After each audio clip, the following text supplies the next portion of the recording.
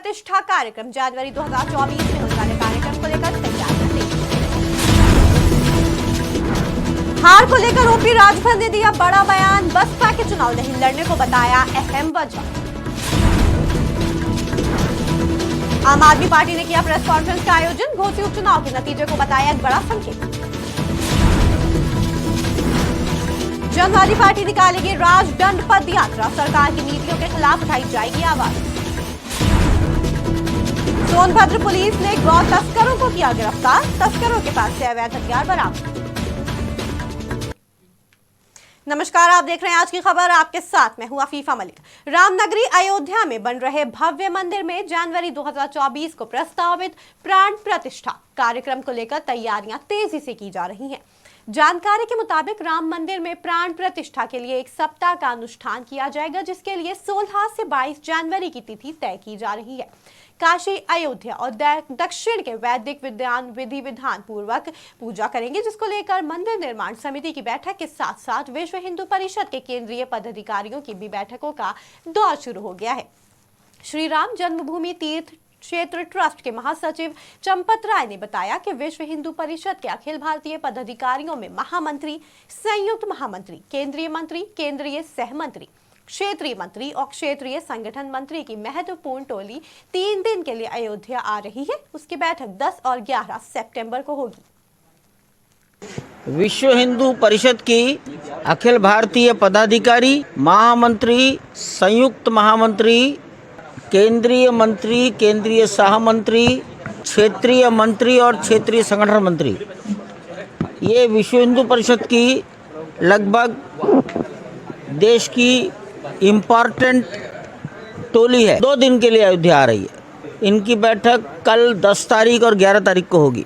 ये सभी कार्यकर्ता निर्माण कार्य देखने जाएंगे। प्रतिष्ठा के अवसर पर संपूर्ण भारत का वातावरण अर्थात राममय बना।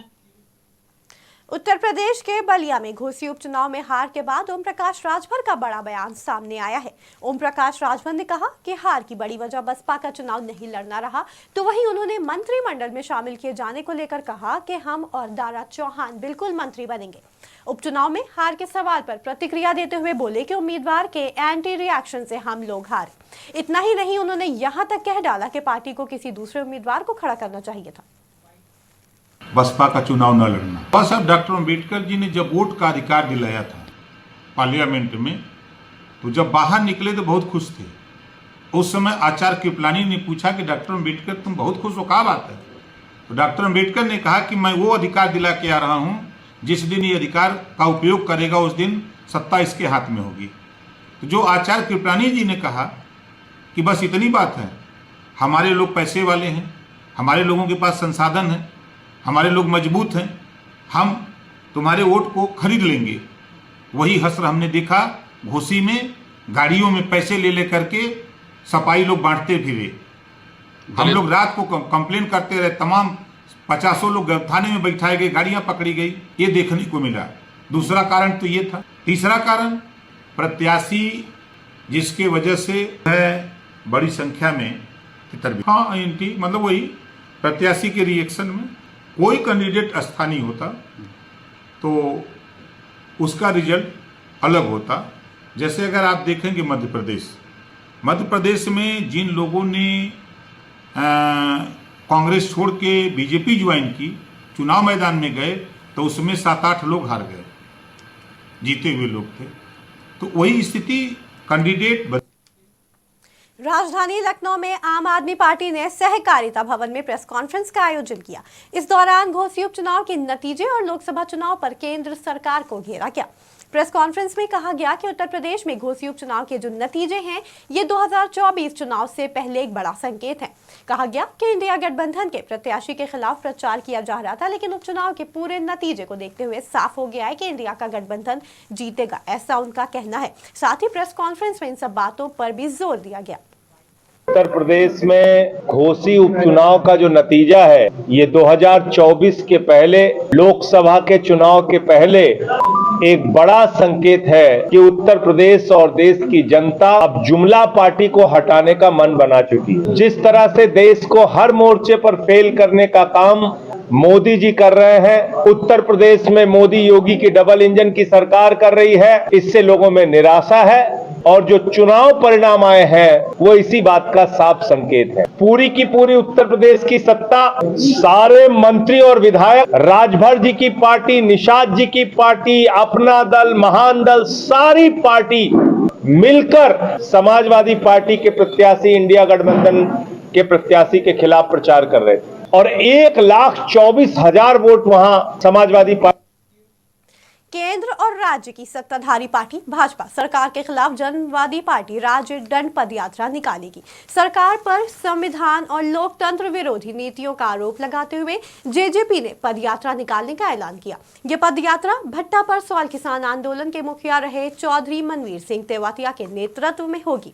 महात्मा गांधी जयंती के अवसर पर जनवादी पार्टी के राजदंड यात्रा की शुरुआत बलिया से होगी, जो लखनऊ होते हुए दिल्ली के किसान घाट तक चलेगी। इस बीच यात्रा जब लखनऊ पहुंचेगी तो पार्टी द्वारा एक बड़ी रैली का कार्यक्रम होगा। उसके बाद यात्रा दिल्ली के किसान घाट के लिए कूच कर जाएगी। यूपी के सोनभद्र जिले में चौपन और हाथीनाला पुलिस के साथ स्पेशल टीम को बड़ी सफलता मिली।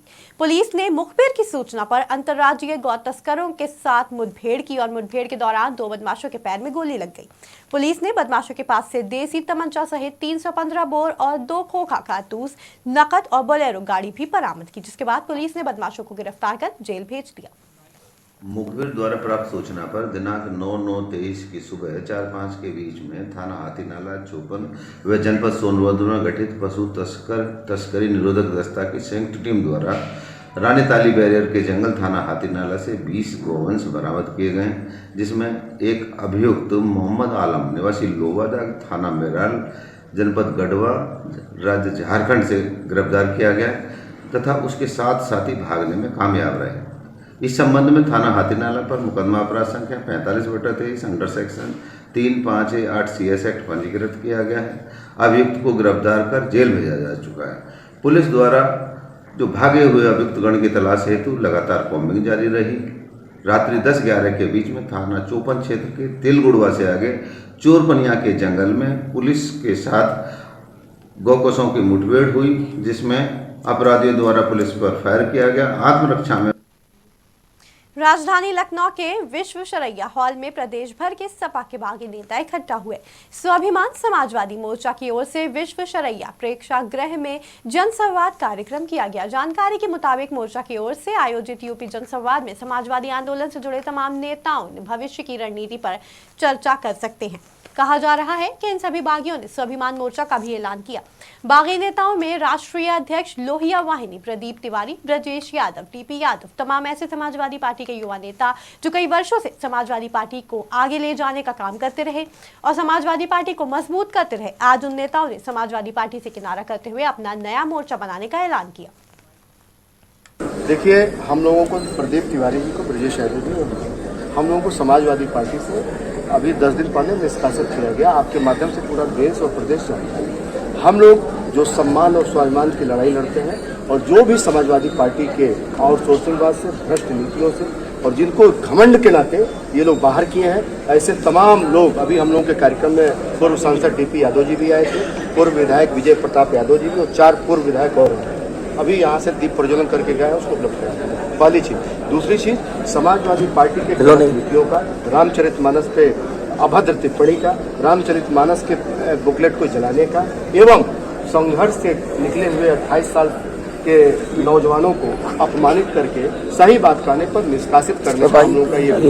हम लोग इस मोर्चे के तहत महंगाई, बेरोजगारी, शिक्षा, बढ़ती हुई फीस, विश्वविद्यालयों में और यहाँ तक कि गांव गरीब किसानों की आवाज को भी इस मोर्चे। हम लोग माननीय प्रदीप तिवारी जी और पीडी तिवारी जी लगातार, हम लोगों ने 22 साल लगातार संघर्ष समाजवादी पार्टी के साथ किए थे छात्र जीवन से, लेकिन हम लोगों को कुछ लोगों के बहकावे में आके समाजवादी पार्टी के राष्ट्रीय अध्यक्ष अखिलेश यादव को गुमराह करके पार्टी से निकाला गया और गलत नीतियों का हम लोगों ने विरोध किया, गलत तरीके के लोगों का विरोध किया और संघर्ष करना, स्वाभिमान, इन लोग संघर्ष करना ही जानते हैं। इसलिए मैं सिर्फ इतना ही कहना चाहूँगा कि ये मोर्चा पूरे प्रदेश में लोहिया वाहिनी के पूर्व राष्ट्रीय अध्यक्ष प्रदीप तिवारी जी, पीडी तिवारी जी और मैं स्वयं और पूरे ये मंच पे जितने हमारे और बाहर जितने हमारे प्रदेश के नेता का काम किया है। आदरणीय अखिलेश यादव जी को मैं बताना चाहता हूँ, अभी नौजवान ने तो इतनी बड़ी संख्या में अंगड़ाई ली है। आज मैं बताना चाहता हूँ आपके जब सम्मानित चैनल के माध्यम से, आगे आने वाली लड़ाई बहुत बड़ी लड़ाई होगी। सैकड़ों पूर्व विधायक, पूर्व मंत्री, सांसद और तमाम पार्टी के जमीनी स्तर के कार्यकर्ता, संघर्षशील कार्यकर्ता, वो लोग अंगड़ाई ले रहे हैं। वो लोग कह रहे हैं आपने जो ये संघर्षशील मोर्चा बनाया है, इस मोर्चे के माध्यम से हम ऐसे तानाशाह लोगों को, घमंडी लोगों को जवाब देने का काम करेंगे और पूरे उत्तर प्रदेश में जा के सभी जनपदों में अच्छा संगठन बना करके और देश प्रदेश की। बांदा शहर कोतवाली के जेल कैंपस से एक हैरान करने वाला मामला सामने आ रहा है, जहां पॉक्सो एक्ट में कैद बंदी की मौत हो गई। जानकारी के मुताबिक कैदी की तबीयत अचानक बिगड़ गई थी, जिसके चलते प्रशासन ने कैदी को अस्पताल में भर्ती कराया था, लेकिन कैदी को बचाया नहीं जा सका और इलाज के दौरान उसकी मौत हो गई। वहीं इस पूरे मामले पर परिजनों ने हत्या की आशंका जताते हुए दावा किया है कि जब वो रक्षाबंधन के मौके पर मिलने गए थे तब युवक एकदम ठीक था। उन्हें यकीन नहीं हो रहा है कि अचानक ऐसा हादसा कैसे हुआ कि तबीयत बिगड़ी और तुरंत मौत हो गई। फिलहाल शव को पोस्टमार्टम के लिए भेज दिया गया है। मथुरा में नगर निगम की लापरवाही से आम जनता बुरी तरह परेशान हो रही है। दरअसल लगातार हो रही बारिश से धर्म नगरी में चारों तरफ पानी ही पानी भर गया है। धीरे धीरे हो रही बारिश से मुख्य मार्ग बस स्टैंड पर पानी भरने से पुल के नीचे से निकलना दुश्वार हो गया है। स्थिति ऐसी हो गई है कि गाड़ियां भी पानी में फंसती जा रही हैं। वहीं दूसरी तरफ जनता का कहना है कि कोई भी प्रशासनिक अधिकारी बढ़ती परेशानियों के बाद भी निस्तारण के लिए नहीं आगे बढ़ रहा है और जनता मुश्किलों का सामना करने के लिए मजबूर है। फर्रुखाबाद में बेखौफ चोरों ने आतंक मचा दिया। चोर लगातार ताबड़तोड़ चोरी की घटनाओं को अंजाम दे रहे हैं, जिससे आम जनता पूरी तरह से परेशान हो चुकी है और व्यापारियों में डर बना हुआ है। चोर रात में दुकान और मकान को अपना निशाना बनाते हैं, ताला तोड़कर हजारों की चोरी की घटना को अंजाम देते हैं, जिसकी सूचना पाकर पुलिस प्रशासन भी अलर्ट मोड पर नजर आ रहा है। पूरा मामला कोतवाली कायमगंज के माऊ रशीदाबाद का है। पता नहीं जड़ी लला महीना ते ना ऊपर रह जाएगी, बागर में लेटी है जाएगी, तबीयत खराब हुई है यहाँ। हाँ ना तारे तोड़े बेका तारे डरे चार। तुम्हें कैसे पता लगा? हम सवेरे आए उठ के तो देखे सब ऐसो ही डरो, बाहर सब यही परो, सब जैसो ऐसो ही परो, जैसो क्या क्या सामान ले? तोड़ियाँ आएंगी, दो जोड़ी है हाँ, और गुच्छा जैसे जिकटा पाएंगे कानन के। हाँ टोकस है कानन के। कितने? एक जोड़ी? हाँ एक जोड़ी है। और बस काका छोटी वाली लली। गाजीपुर के सैदपुर ब्लॉक क्षेत्र के ग्राम पंचायत मठ उचौरी और राजस्व ग्राम अमदही के प्रधान अपने ग्राम सभा में बन रहे प्रधानमंत्री योजना आवास पात्र से 5,000 से 10,000 तक की वसूली कर रहे हैं, जिसको लेकर ग्रामीणों ने जांच कर उचित कार्रवाई करने की मांग की। अब देखना होगा कि ग्राम पंचायत मठ उचौरी राजस्व ग्राम अमदही के ग्राम प्रधान प्रतिनिधि विकास यादव पर प्रशासन का क्या एक्शन लिया जाता है। रायबरेली में ट्रेन से गिरकर एक किशोरी गंभीर रूप से घायल हो गई, जिसे जीआरपी की मदद से जिला अस्पताल में भर्ती कराया गया। बताया जा रहा है कि ट्रेन लखनऊ से रायबरेली आ रही थी, तभी ट्रेन से उतरते समय उसका पैर फिसल गया और वो नीचे गिर गई, जिसके बाद घायल किशोरी को जीआरपी की मदद से अस्पताल ले जाया गया और परिजनों को इत्तला दी गई। Anurag Shukla, EMO district hospital Raebareli. ये घायल अवस्था में थी, उनको भर्ती करके रामपुर को अदब और संस्कृतियों का गहवारा कहा जाता है। यहाँ सभी धर्म के लोग आपस में मिलकर एक दूसरे के त्योहारों को धूमधाम से मनाते हैं। इसी के चलते जन्माष्टमी के पावन पर्व पर कृष्ण जन्मोत्सव धूमधाम से मनाया गया और जन्मोत्सव के मौके पर शहर के विभिन्न चौराहों से रथ यात्रा निकाली गई। तरह तरह की आकर्षक झांकियों ने सभी का मन मोह लिया। पुलिस ने रथ यात्रा के दौरान सुरक्षा के कड़े इंतजाम किए। ये आज यहाँ पुरानागंज क्षेत्र से हरिहरनाथ मंदिर से ये परंपरागत जुलूस है जो पिछले 70 सालों से निकलता आया है। इसका आयोजन था और ये जुलूस सब पूरे शहर में घूम करके और वापसी हरिहरनाथ मंदिर पहुँच के सब जुलूस संपन्न हो गया है। कहीं किसी तरह की कोई बात नहीं। सुरक्षा का क्या इंतजाम किया गया? सुरक्षा के लिए इस जुलूस के चारों तरफ बॉक्स फॉर्मेशन में ड्यूटियाँ लगाई गई थी इसमें 5 इंस्पेक्टर, 240 कांस्टेबल, करीब 50 sub inspector, 1 platoon PSC, fire tender duty लगाए। बांदा के कोतवाली के तिंदवारी रोड से एक दर्दनाक मामला सामने आ रहा है। दरअसल एक शख्स एक घर में चोरी करने की नियत से दाखिल हुआ था, लेकिन हाई टेंशन लाइन की चपेट में आने से उसकी मौत हो गई। हलचल होने पर मकान के लोग जब छत पर पहुंचे तो उनको शख्स का शव पड़ा मिला। पूरे मामले की सूचना पुलिस को दी गई और पुलिस ने शव को कब्जे में लेते हुए पोस्टमार्टम के लिए भेज दिया। आपको बता दें कि हादसे में जिस शख्स की मौत हुई है उसके खिलाफ पहले से ही चोरी के 7 मामले दर्ज हैं, जो कोर्ट में विचाराधीन है। लखीमपुर खीरी के गांव देवीदीन पुरवा में चोरी की वारदात लगातार बढ़ती ही जा रही है। नकदी समेत 2 मोबाइल चोरी हुए हैं। बीती रात चोरों ने 1 मोबाइल और 5,000 रुपए चुरा लिए। जानकारी के मुताबिक गांव के ही रहने वाले रामचंद्र के घर जाकर चोरों ने इस हरकत को अंजाम दिया। सुबह होते ही घर वालों ने देखा तो बक्सा खुला मिला। घटना की सूचना पुलिस को दी गई। वहीं पुलिस ने भी मामले को गंभीरता से लेते हुए जांच पड़ताल शुरू कर दी है। यूपी के डिप्टी सीएम केशव प्रसाद मौर्य जायसवाल महासभा के राष्ट्रीय सम्मेलन में शिरकत करने बहराइच पहुंचे। डिप्टी सीएम ने कलेक्ट्रेट परिसर में पत्रकारों से बात करते हुए विपक्ष को घेरते हुए कहा कि भाजपा को पूरी 80 लोकसभा सीटों पर जीत मिलेगी। उन्होंने कहा कि समाजवादी पार्टी को 1 सीट जीतने से ऐसा अहंकार हो गया है जैसे वो पूरा विधानसभा चुनाव ही जीत गए हो। घोसी विधानसभा के चुनाव की हार पर उन्होंने कहा कि हार की समीक्षा की जाएगी। उप मुख्यमंत्री ने इस दौरान अधिकारियों के साथ समीक्षा बैठक की, साथ ही विभिन्न सरकारी योजनाओं के लाभार्थियों को चेक भी वितरित किए। आप जो ऐसा कह रहे हैं 2024 के लोकसभा चुनाव में जैसे गुब्बारे से हवा निकल जाती है वैसे समाजवादी पार्टी की हवा निकल जाएगी। जब 80 के 80 जो लोकसभा है वो भारतीय जनता पार्टी गठबंधन जीतेगा। घोसी हम लोग हारे, हार की समीक्षा करेंगे, लेकिन समाजवादी पार्टी को इतना अहंकार हो गया है एक विधानसभा सीट जीतने से, जैसे लगता है कि उसने उत्तर प्रदेश विधानसभा का पूरा चुनाव जीत लिया हो। लेकिन मैं यह मानता हूं कि अहंकार जनता को स्वीकार नहीं है और 2024 में जनता के आशीर्वाद से, कार्यकर्ताओं के परिश्रम से, सरकार के काम के बल पर हम लोग समाजवादी पार्टी को उत्तर प्रदेश। कांग्रेस के बाद सपा और फिर बसपा, अब कौन सी पार्टी का हिस्सा बनेंगे पूर्व विधायक इमरान मसूद, इसको लेकर तमाम कयास लगाए जा रहे हैं। जानकारी के मुताबिक इमरान मसूद अपने समर्थकों के साथ विचार विमर्श कर रहे हैं, जिसके बाद ही ये बात खुलकर सामने आएगी कि इमरान मसूद का अगला कदम क्या होगा। पूर्व विधायक इमरान मसूद ने कांग्रेस के बाद सपा और फिर बसपा ज्वाइन की थी, लेकिन अभी कुछ दिन पहले ही बसपा सुप्रीमो ने अनुशासनहीनता की बात कहते हुए इमरान मसूद और उनके भाई नोमान मसूद को पार्टी से निष्कासित कर दिया था।